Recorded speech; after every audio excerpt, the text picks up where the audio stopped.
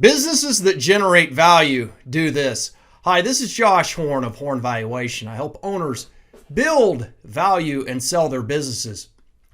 What do businesses that generate extreme value and make them sellable do differently that other businesses do not?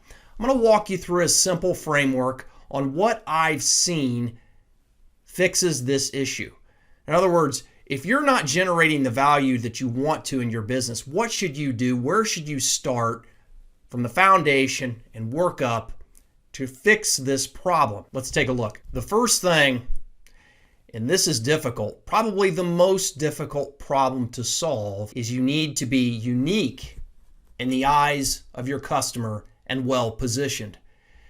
This is hard, particularly now, because I think 8 months ago, this might have been something different. So many businesses are having to change their unique positioning in the eyes of their customers. And those customers may be different than the ones they had before.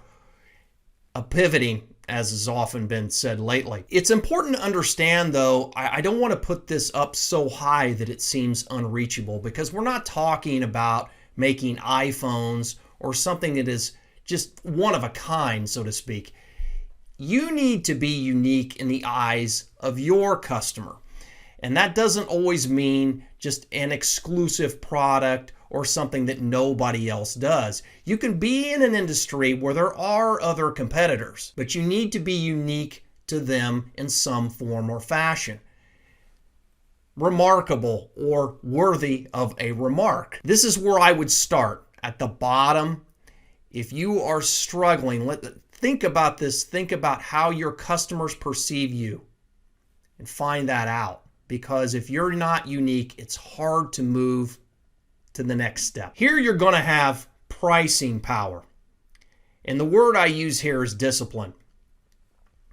Because not only are you going to have the ability to price effectively because you are unique in the eyes of your customer, you have to have the discipline to be able to follow through on it. Now let's stop here and gauge something I've seen a lot. I've seen some businesses grow to large sizes and they get here and they stop.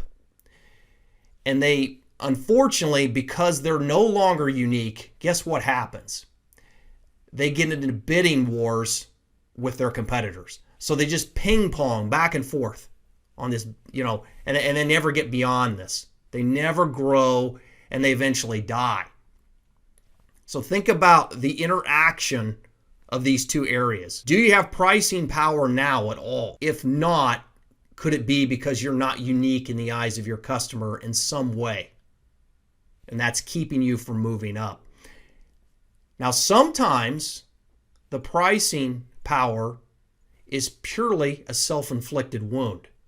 So in other words, your customers would pay a lot more, but you're not doing it. You're not pricing with bravery, with discipline. So keep that in mind too. That can also occur. Your brand can be strong, positioned, unique, and then you don't have the discipline to follow through.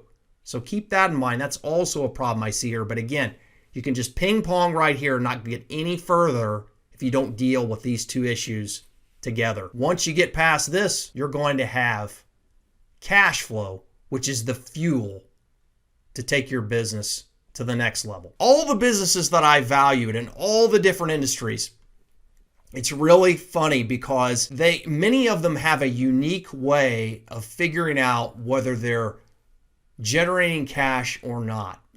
And it's not always the generally accepted accounting principles way. Sometimes they have unique ways of figuring out how to do this. And they recognize that they're going forward because that bank account is going up.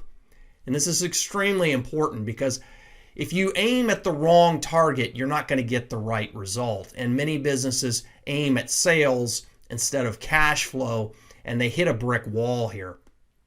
So it's important to understand you need to be aiming at cash flow. You need to understand how it works.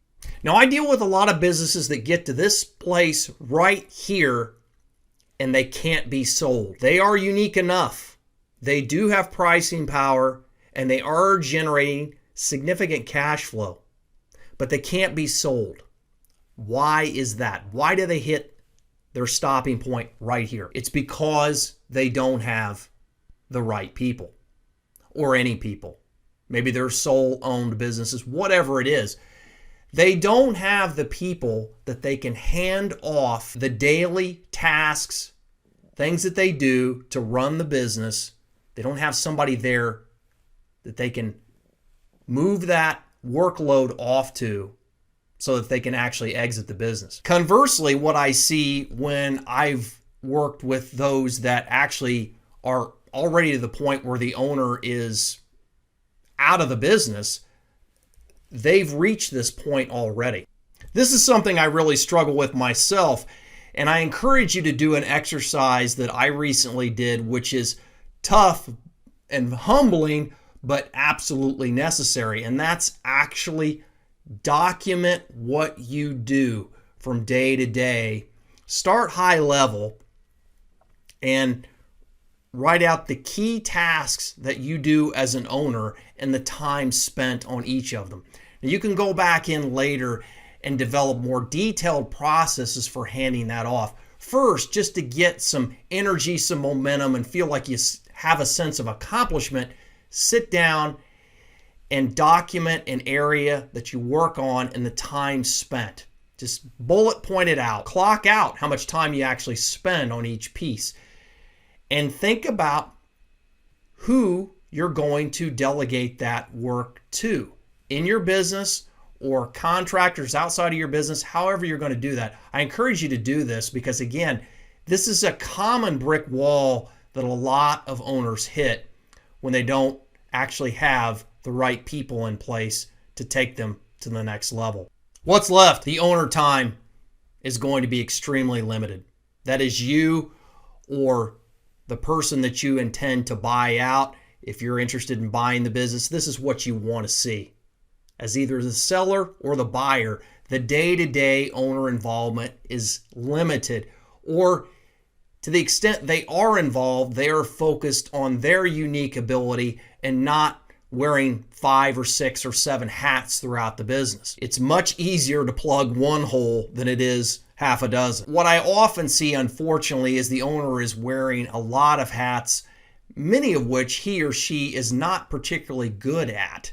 So it's important that they recognize, if you're a business owner right now, you recognize that if it's not your unique ability, if you're not particularly good at it, you need to find somebody that is either inside the business or outside the business to take on that role so that you can spend your time on the things that you're best at. These are the things that businesses that generate value and are sellable do. This is Josh Horn, CPA of Horn Valuation. Get in touch with me if you have any questions. Have a great day.